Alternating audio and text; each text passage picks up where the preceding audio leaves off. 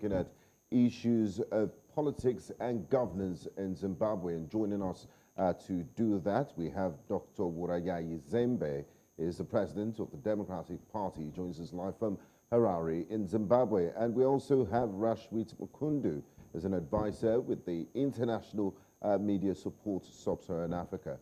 Gentlemen, a warm welcome to you and happy Independence Day to you both. Thank you very much. And thank you for having us. Welcome to the celebrations.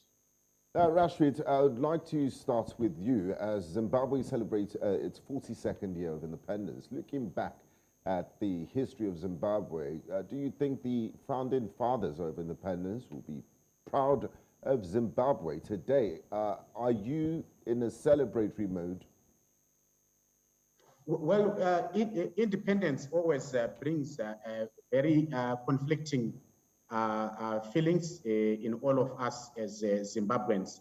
Not only do we appreciate the sacrifices that were made by thousands of people, many of whom are still buried in mass graves in Zambia, in Mozambique, many of whom never made it back home. And even those who made it back home are living in poverty. Some still carrying the wounds that they sustained in liberating this country. So that part of the history of Zimbabwe leading to independence in 1980 is touching, is emotive. It's something that almost every Zimbabwean appreciates across the political divide, especially the Black Zimbabwean population. But there is another side to our independence, the bittersweet part of it, which may be exemplified by the song, "Now that we got our independence, what are we going to do with it?" So Zimbabwe, in many ways, is a typical post-colonial African state, which got independence, but with no plan on how to improve the lives of its people. So we now have a very many contradictions in our socio-economic and political space, in which the liberator, in a way, has tended to be the oppressor, in which the same policies that were fought during the war of liberation against the colonial government are still finding their space in an independent Zimbabwe. It is a Zimbabwe in which the hopes of many, including the founding fathers, for a prosperous African country have unfortunately been dashed because of the repression, because of the lack of economic opportunities, because of the poverty and suffering that we are seeing across the board. So this is the tragedy of Zimbabwe. So much promise, so many opportunities, a rich and well-endowed country in terms of human resources, in terms of natural resources, but all seemingly gone to waste. And right now we are as divided as we were during the colonial era. And to me, this is the tragedy of Zimbabwe at 42, that we should be talking of the many successes of our country. We should be celebrating our independence in unity, in happiness.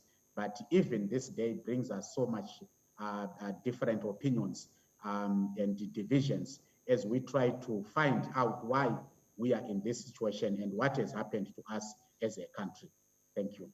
All right, Dr. Zembe, 1980, ending 90 years of white domination, 15 years of illegal democracy, according, or rather independence, according to international organizations. Robert Mugabe, on that day, while the Union Jack was being lowered down, promised national unity, racial unity.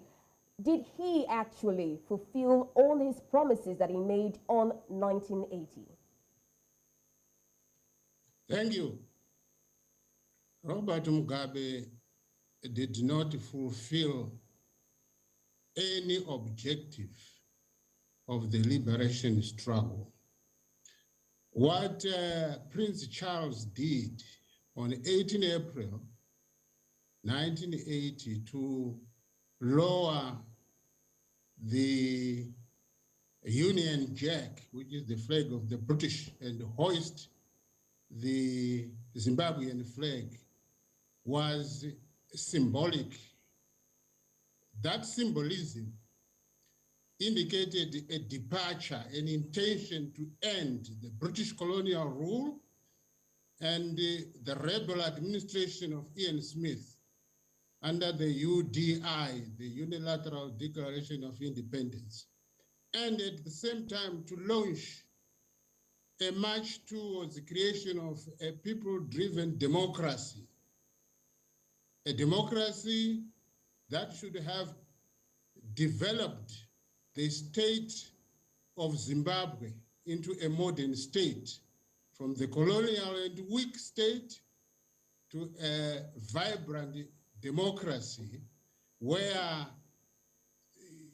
economic development and social development were to be attained, which would have increased the standard of living of the native Black population who had been marginalized for 90 years of colonial rule. So Robert Mugabe was thrust into office through an election that was administered by the last official colonial British governor, Lord Somers. And all of us expected at the time that Zimbabwe would have become really a jewel of Africa, as Mwalimu Nyerere had, wished also. But the unfortunate thing, which is the essence of your question, Mugabe began the process to provide a system of government that suffered first because of the colonial tradition, the colonial value, the dictatorship that had been created for 90 years was enshrined in the instruments of government. In other words, the structure of government itself and the behavior of the institutions were such that they had been created under 90 years of colonial rule. So Mugabe had to implement a decolonization process, at the same time to implement a process of creating majority rule, a democracy that delivered on the aspirations of the nation, economic, social, and political development. And when you look at these two programs, which were supposed to be done concurrently, Robert Mugabe, after 37 years when he was ousted, actually failed to prosecute the decolonization process. At the same time, he also failed to establish a democratization process. And if anything, the weight of colonial dictatorship overwhelmed him, it swallowed him. He became a failed post-independence leader, a leader who failed to transform the nation from colonial rule to democratic civilian rule, because he was actually attracted by the trappings of leadership and was corrupted by the colonial system, such that he actually trusted the use of violence, which had actually been existing for 90 years. And you would know, of course, that the people of Zimbabwe resorted to armed struggle, the use of weapons. The people of Zimbabwe, in their own wisdom, decided to fight fire with fire, because the colonial establishment had become a very violent, despotic regime, terrorizing, breaking all the norms of fundamental human rights in Rhodesia then. Now, Robert Mugabe perpetuated the violent nature of the politics of Zimbabweans, providing a reason that he had led an armed struggle to its success. and did not actually surrender to civilian, peaceful, democratic rule based on appointment of government through open, free elections. One person, one vote, which was a fundamental objective of the liberation struggle. So Robert Mugabe betrayed the nation. Robert Mugabe began to also emulate Ian Douglas Smith of the Unilateral Declaration of Independence era, and actually outpaced Ian Douglas Smith in that context, because Smith was a racist, he was fighting blacks, the majority blacks, and Mugabe was one of our own. And the people of this country expected that Robert Mugabe and his ruling ZANU-PF party would transform the nation and create improved living standards.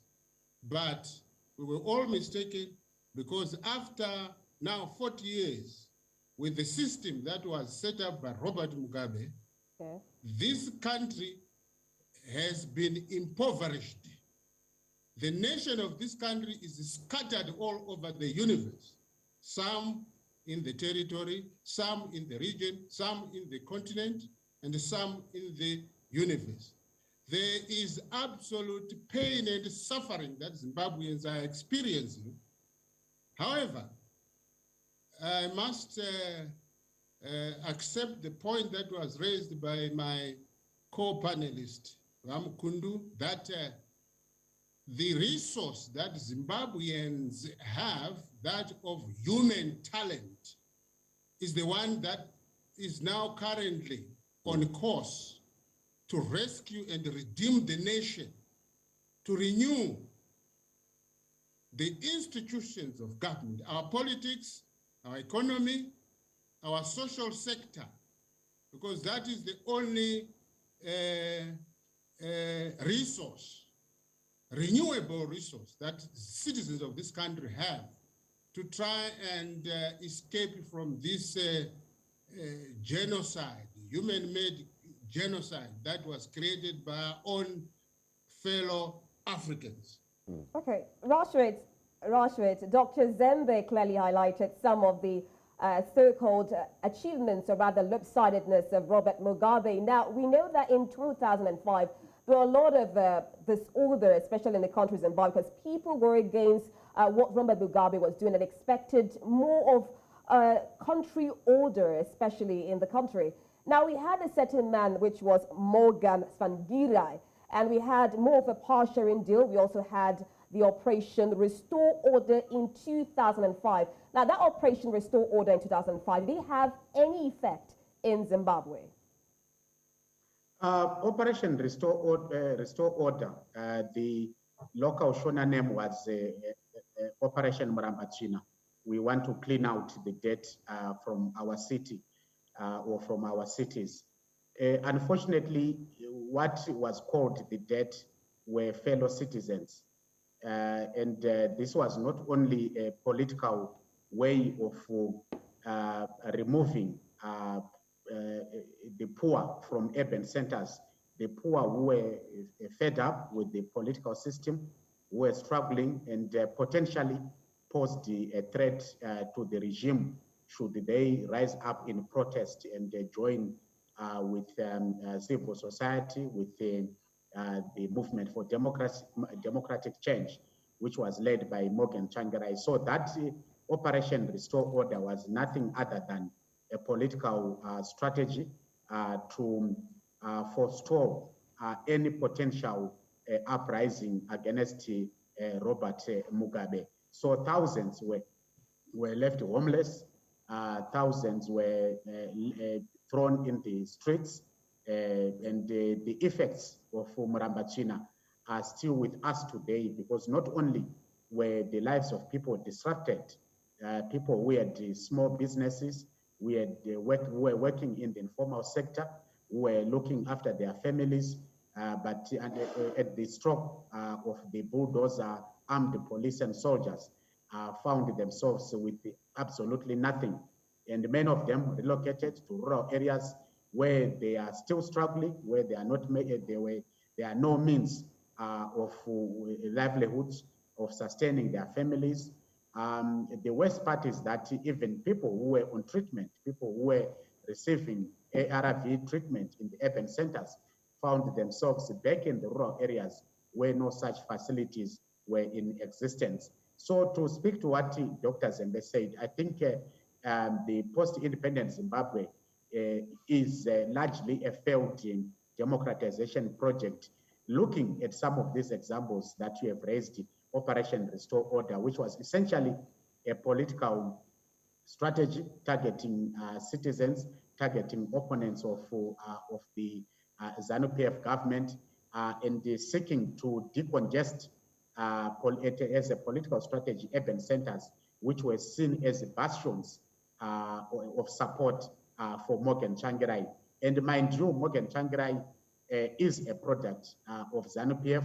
He was in the structures of the ruling party, ZANU-PF, at independence, but increasingly because of the challenges that the labor movement was facing, that workers were facing, the retrenchments, the closing of businesses, the shutting down of industries, many people were getting concerned about the capacity of the ZANU-PF government to lead. Hence, the formation of the movement for democratic change, which became a thorn on the side of ZANU-PF, to the extent that we look at thousands more that were then killed from around 2000 to date, and also the many thousands whose lives were disrupted because of Operation Restore Order. So it's not only Operation Restore Order to look at this historically, but if you go back to the early 80s, there was also Bukura Wundi, which was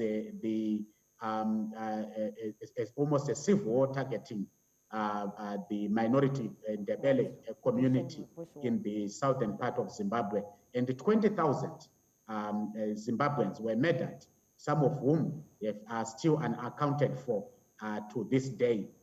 So there has been a series of missteps, political missteps, governance failures that have unfortunately put Zimbabwe in a very bad state that we still see today. Thank you very much, Rashid. Now, Dr. Zembe, a day like this, as the country celebrates its 42nd Independence Day, is often a day of deep thinking and reflection. Looking at Zimbabwe's history, like you said earlier, Mwalimu Julius Nyerere did christen the country the jewel of Africa, because upon independence, it held so much hopes of, looking at this young nation of being a true jewel of Africa. Now, in hindsight, looking back and reflecting on 42 years of nationhood, where did things begin to go wrong, and what lessons can be learned from the mishaps of nationhood so far? Yes, things began to go wrong.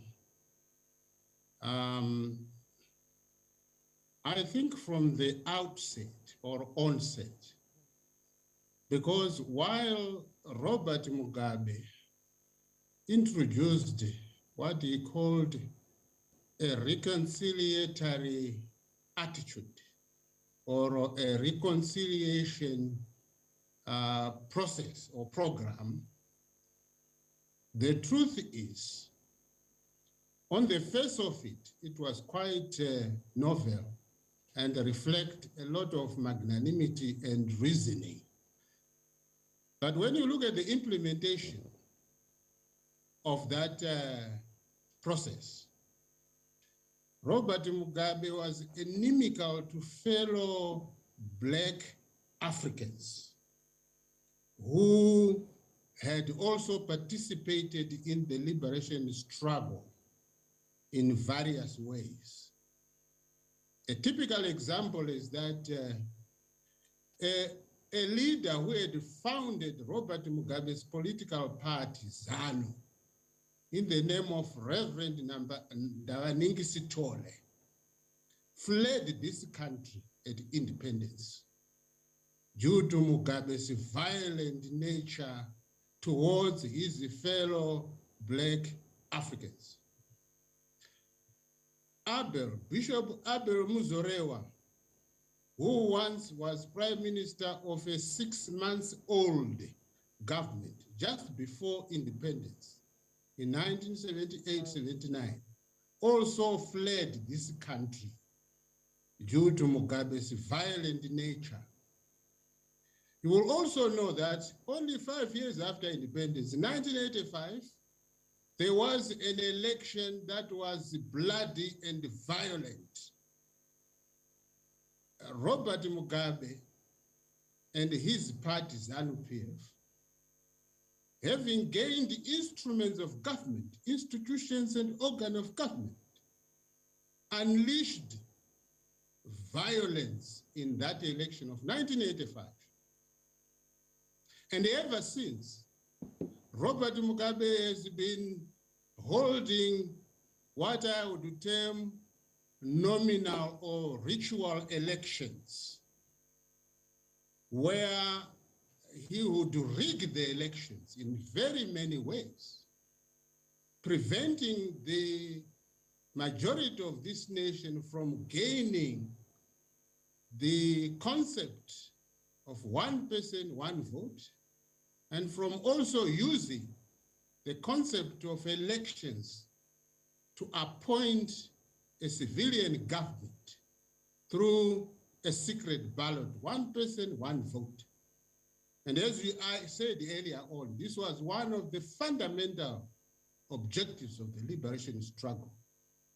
But here we were, as early as 1985, from 1980, Robert Mugabe was already unleashing his violent nature and betrayal of the aspirations of the liberation struggle.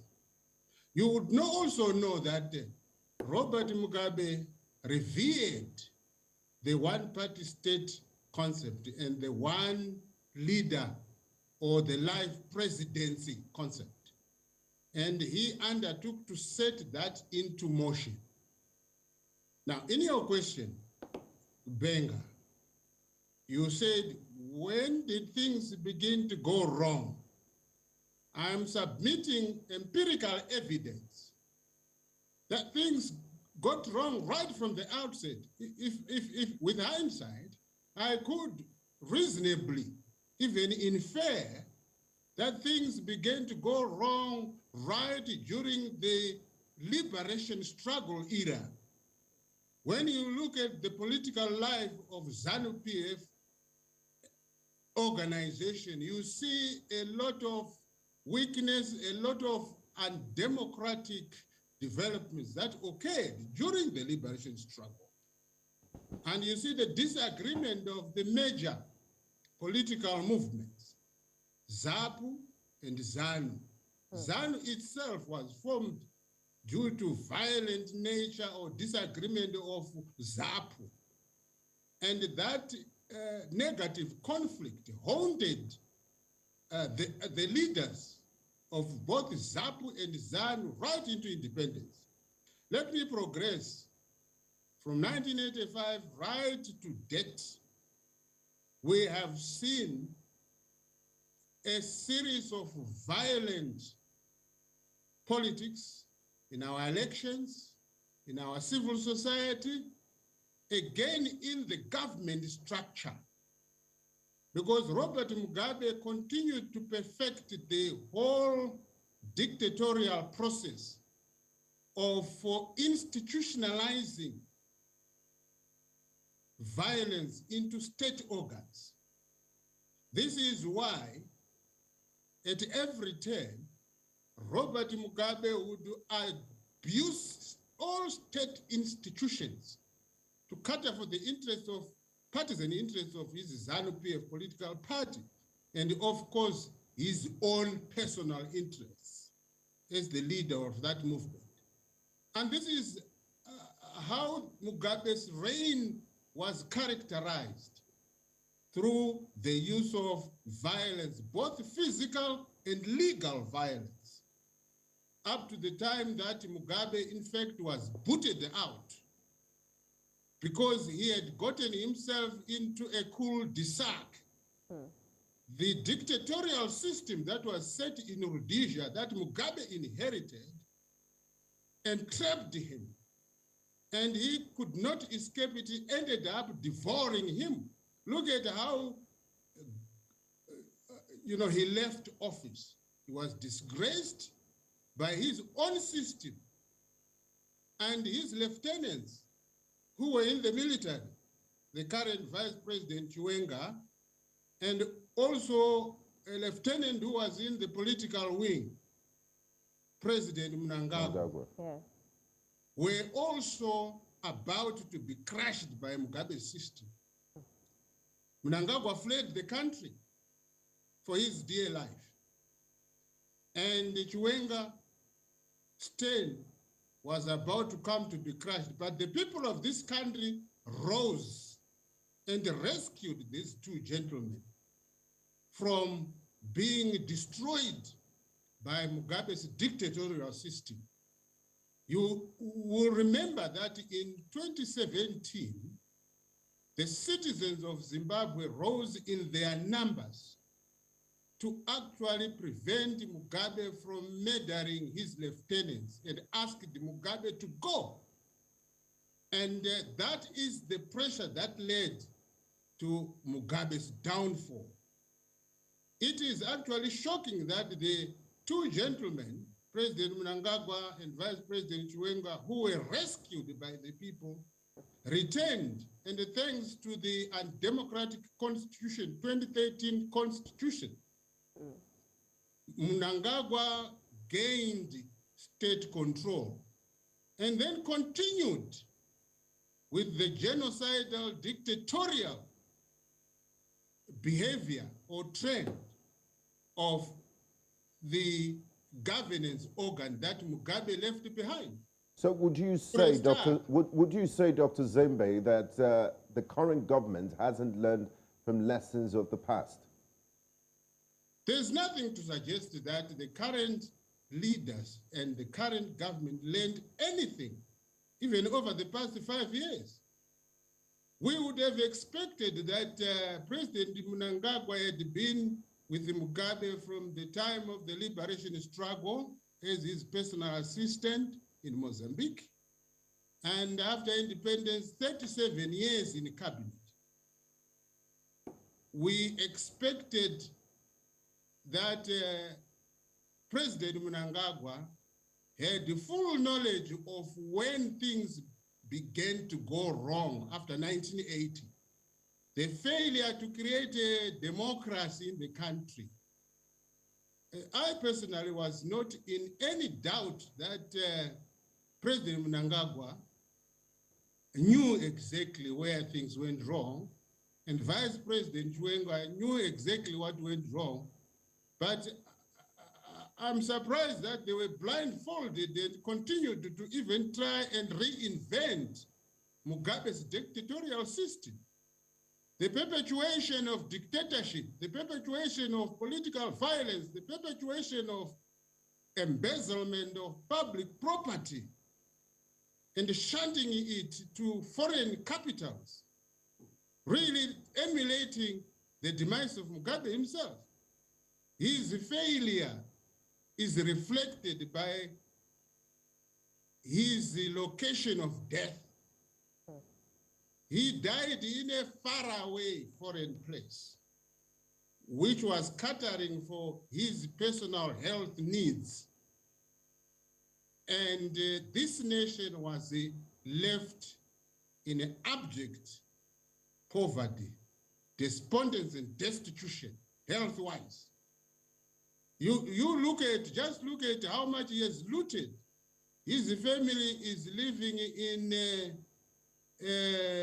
affluence in the Gulf, and they are actually enjoying the benefits of the national loot and the national betrayal.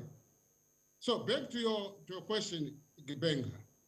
The current leadership of ZANU-PF must really awaken to reality 42 years of independence should really be transformed into positive growth, economic growth, political growth, social and cultural growth.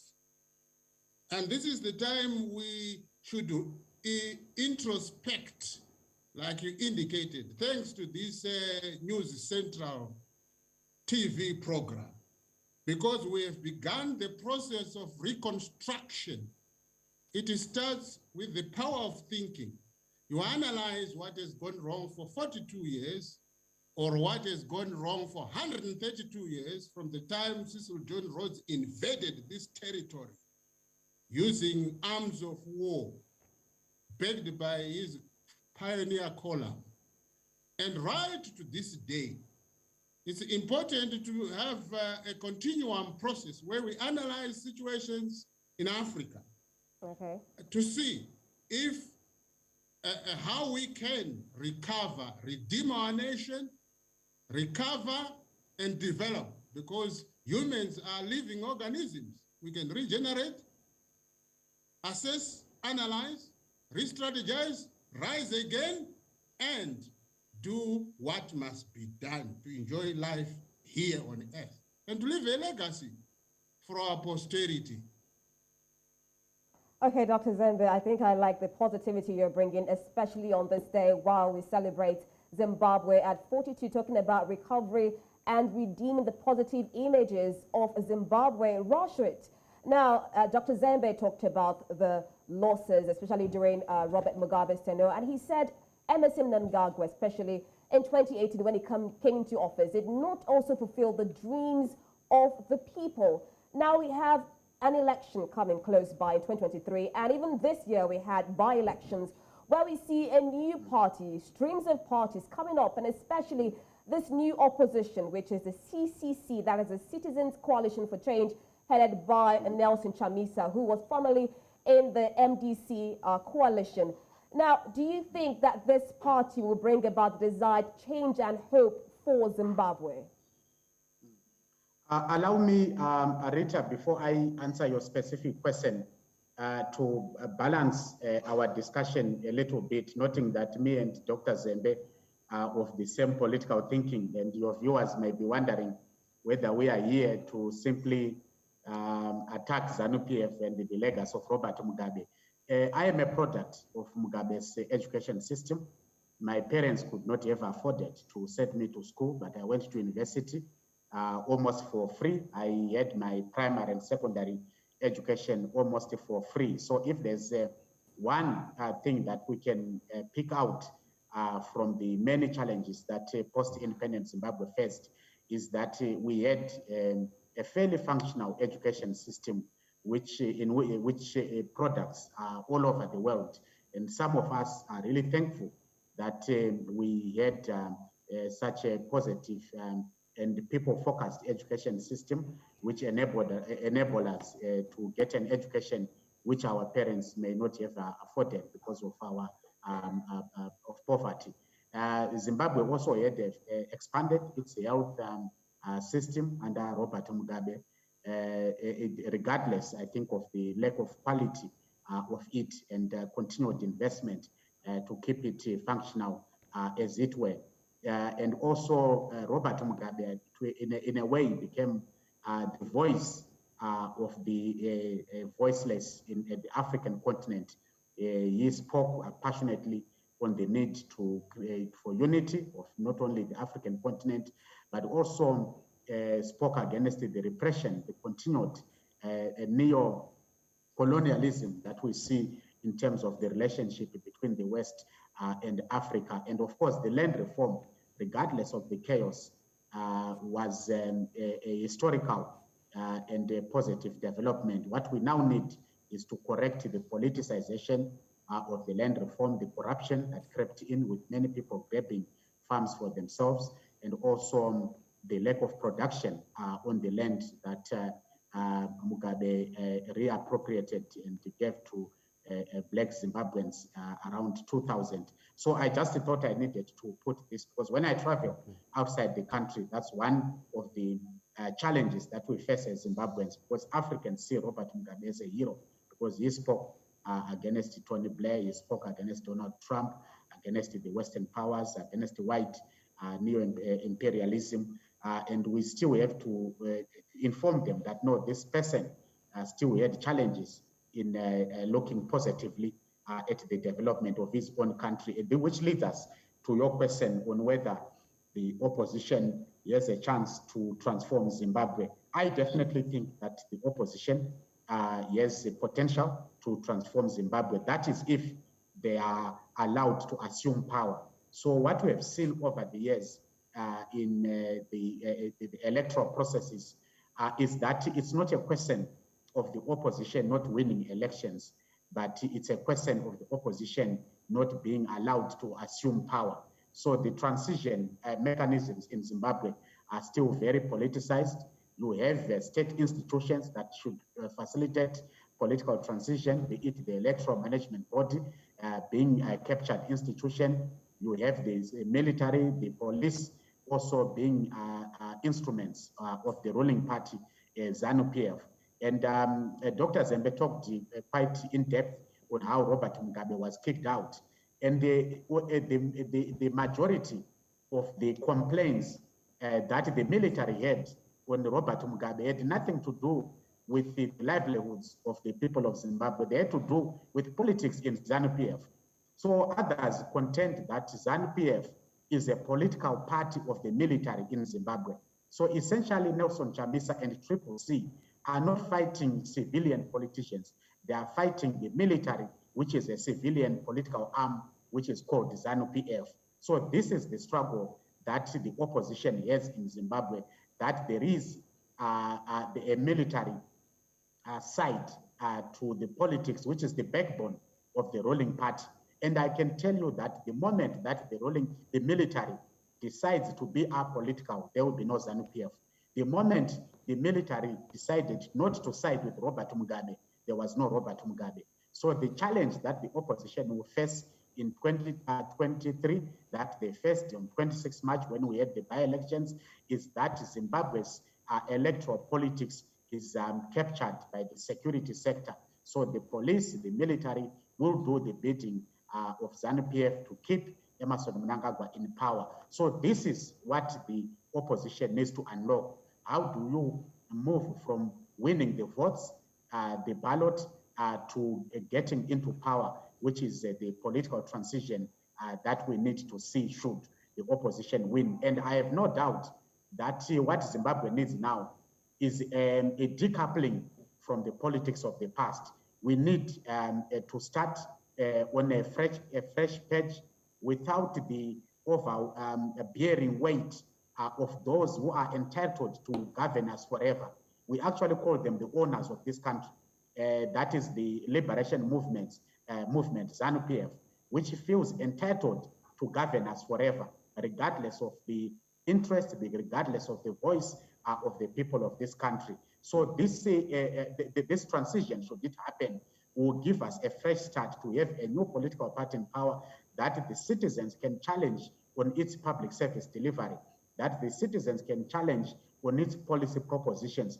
This you cannot do with ZANU-PF, because at the end of the day, they'll tell you to go to hell. They are holding the gun, they have the military and the police on their side, so there is a limit to the extent to which the people of Zimbabwe can influence the politics as led by ZANU-PF.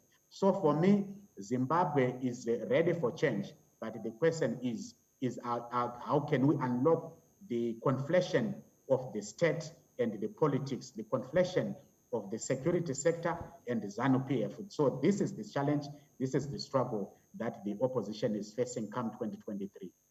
Thank you, Rashid. Now, Dr. Zembe, Rashid just painted a picture. He just shed more light on the issues you raised, because when the baton moved from President Mugabe to President Mnangagwa, nothing much seems to have changed, especially in the areas of human rights, that there's been a steady decline, and it's almost like you're back to the Mugabe era when it comes to human rights and consolidating his power, his hold on power by use of force and state institutions to suppress the opposition.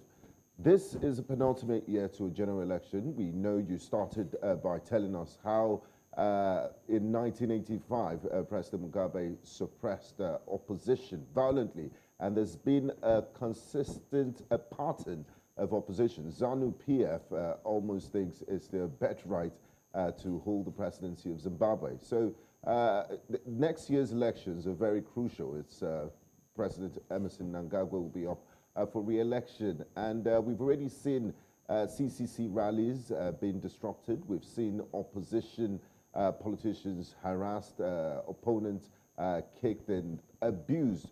Are you confident that the Zimbabwe Electoral Commission will be able to hold free and fair elections in 2023? And will the will of the people be upheld? In its present state, the Zimbabwe Electoral Commission is a defective institution. Firstly, it hasn't got legitimacy to preside over a people's democratic election. It was never designed to do that. It has no capacity to do that. The only avenue that is available to Zimbabweans, which is a peaceful avenue to unlock the current dictatorial jam of violence, is to actually resort to a peaceful process of an election. So the ZEC institution is not qualified to do so. It has no power to do so. It was never established to do so. ZAC was established as an instrument of dictatorship, the current dictatorship we have. Therefore, it has to be dismantled, recreated, in order to allow the people of Zimbabwe to appoint a legitimate government through open elections, through a secret ballot. That's the only peaceful process that is there. So my appeal to Mnangagwa and company is to surrender to the people's demand. And this process that is before us, we are in the season already, is unstoppable because it is people-driven, because it is driven by the extreme poverty, pain, and hardship that Zimbabweans are experiencing. Even the whole issue of denying 6 million Zimbabweans who are living in the diaspora a vote is anti the revolutionary struggle, the entirety of the revolutionary struggle in this country. That blockade must go. The citizens of Zimbabwe must assemble to recreate their states in order to rescue themselves from the specter of death that faces us. Therefore, to conclude on your question, the people of Zimbabwe are demanding an electoral pact, which is part of what we call in the Democratic Party a people-driven democratic process, a people-driven electoral pact. Suspend the current constitutional dispensation, which is a possession of President Mnangagwa and ZANU-PF. And let's have a new institution that is agreed to by all Zimbabweans, all citizens, without regard to their partisan station. And then we begin the process of reconstructing Zimbabwe as a nation and as a people. Now, I see an intensification of this demand to a free democratic election within 15 months from today. That is possible. That shall be achieved. Those of our brothers who are trying to deceive the nation or who are trying to lead the nation into a genocidal war or a bloody conflict, I don't see them succeeding, because Zimbabweans have been suffering from negative violence for 132 years, from 1890 to 2020. And the Zimbabweans have devised peaceful, relatively peaceful processes. Hence, the whole idea of citizens' coalition for change, philosophically, is there to provide the way out. And I'm sure that Zimbabweans shall overcome. They have overcome dictatorships that were foreign inspired, dictatorships that were domestically inspired by one of their own. So I don't see this as an insurmountable task. In fact, Mnangagwa and Chiwenga should know that recently they actually vowed to crush 3 Cs at a Kwekwe rally before the 26 March elections. And the people said no. And they were really overthrown. Those vows were dictatorial. And Zimbabweans are not going to allow themselves to perish. They have the knowledge, they have the skill, they have the ability. That's the human talent we have. We have this gift from the Creator. And I don't see any resistance. Should they offer resistance, Zimbabweans will devise peaceful processes to do so. That may include the use of very safe intellectual technologies to achieve the will of the people. We can't allow a few to hold us hostage, a few to destroy the entire race, African race in this country. No, I do hear my brother Mukundu when he says we must balance the discussion. Yeah. I think, we must, as Africans, begin to speak the truth. Dr. Zembe, I think everyone aligns with you that Zimbabwe is really, should be on the recovery path to growth, and that's the prayers and wishes of all Zimbabweans, especially as we celebrate 42 years. We could go on ways that the Zimbabwean government can revitalize the economy, revitalize the country as a whole. But unfortunately, we will go on a quick break and we'll be back with more segments on this special broadcast celebrating Zimbabwe at 42. Thank you once again so much, Dr. Wurayayi Zembe from the President Democratic Party, Harare, Zimbabwe. You've shed so much light on the country, Zimbabwe. Thank you so much, Dr. Zembe. Also, Rashid Mukundu, Advisor, International Media Support, Sub-Saharan Africa. Thank you so much for joining us on this special belt.